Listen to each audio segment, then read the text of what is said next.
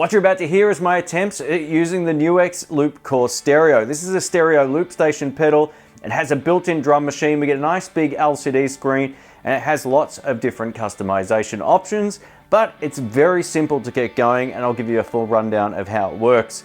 A massive thank you to NUX for sponsoring this video. If you want to check this out, I'll link it down in the description box below. Here we go.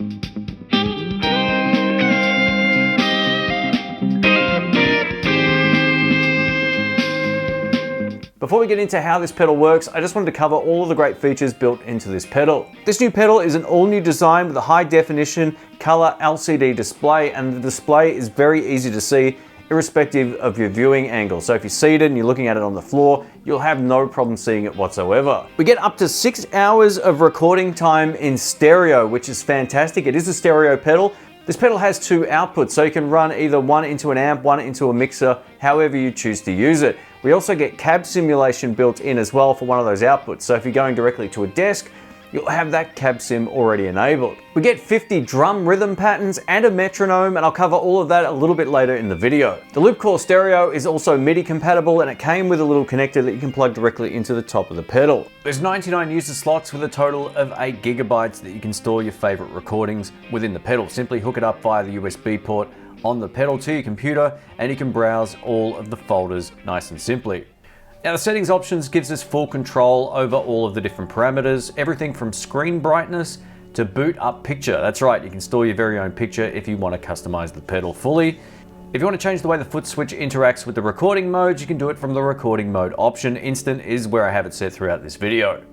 From the dub option here, we get record play dub and record dub play. By default, after you record a phrase, it will go back into playback mode, but you can also turn it into dub mode, which essentially just keeps the loop going. Now, if you're not a fan of a hard stop, you can change to one of the different stop modes, including fade out, which literally just fades it out like the end of an 80s track. We get 3 different audio output modes. If you want to split it to a mixer, you have that capability. And lastly, we can configure the volume of our headphones. That's right, there's a headphone jack just on the lower left-hand side. The frequency response is 20 Hz to 20 kHz, so whether you're playing electric guitar or bass or any instrument that you want to loop, this will work with whatever you've got. Now, if you're new to using a looper, this particular section is for you. I'm going to show you how the NUX Loop Core works, and you'll hear my voice cut in and out through this particular jam track. I'm going to start from scratch, so I'll layer up everything. I'll give you some tips on how to make the most out of it, as well as how to remove layers, how to add layers back if you deleted a layer that you still wanted. It's pretty cool how you can do it. And you can also fully customize the drum sound. I just picked one that I like the sound of. Let's get into it. All right, let's get into this. To start the drum machine, I'm using the far left button. I'll talk more about that in a moment. And to record, simply hit the button once. As you can see on screen, it's recording. To stop the loop, all you need to do is hit the button again. And now we're in playback mode. As you can see from the play button on screen, let's add some effects.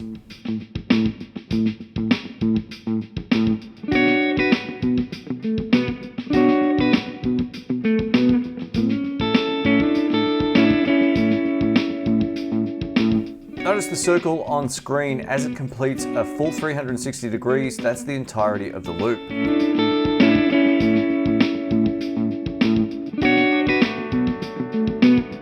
Now you might have noticed I'm playing very softly and also with my guitar volume down, which allows the overall output to stay very consistent. By the time I want to actually play some lead with an overdrive pedal, I'll still have a perfect amount of volume under me without it being too loud. So just a tip there if you're new to looping.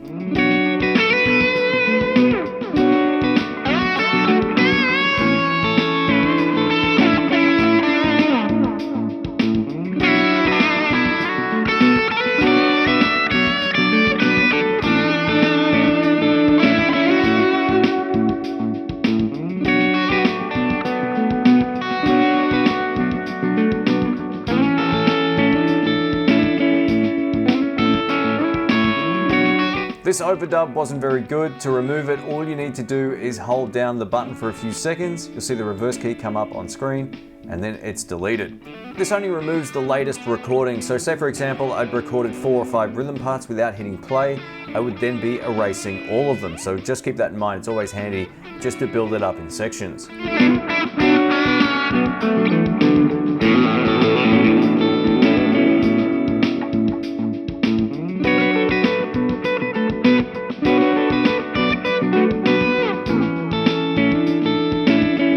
I'm going to remove this layer and then I'm going to show you how to also put something back if you want to add it again. So I played a section that was just a little bit too short, so I'll go ahead and remove that and play it again properly.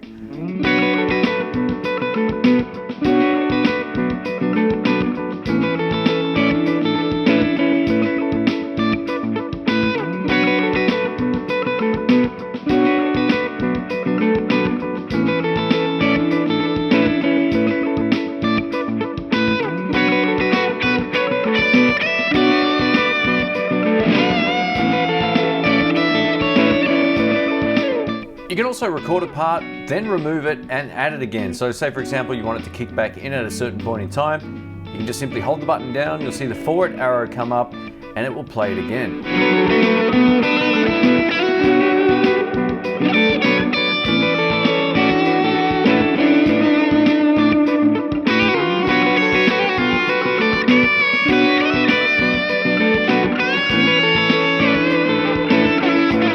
Another powerful feature is the fact you can turn up and down the volume of what you've recorded, as well as the drums, just by using this control over here. So as you can see, I'm turning up and down the levels just to make it sit a little bit better in the mix.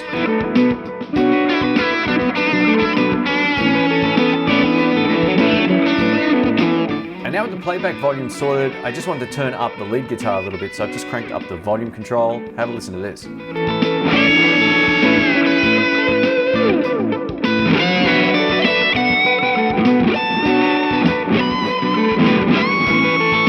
Now if you just want to stop the playback, just simply double tap. Alright, let's wrap this video up. I'm going to give you my thoughts on the NUX Loop Core Stereo.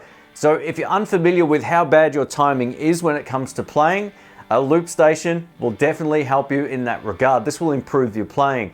Now I haven't used one of these for so long and it really made me realize, man, my timing's a little sloppy. So I really had to focus in on the groove, on the feel, and try to play on time. So if you're like me and you struggle sometimes just playing on your own and your timing might not be accurate, this will drastically help your accuracy. So I can highly recommend it just for that. I had a Boss RC30 many years ago. I would much rather have this. It's smaller and easier. It's not as complicated because of the 2-pedal system you might find on other units. So I really like this. If you're just looking for a simple loop station that has lots of extended functionality and customization, then go for this. But you can simply just plug it in, loop with or without the drum track. And I think the drum track is just so good for your timing. It's great for creative songwriting. If you come up with a great riff, you can play it and then you can just sort of jam over it and see what kind of ideas you come up with. I always use these anytime I'm thinking of recording because It's a great way to see whether or not an idea actually has legs in the context of writing music. So yeah, great pedal. Check it out. Thanks for watching, and I'll link it down in the description box below.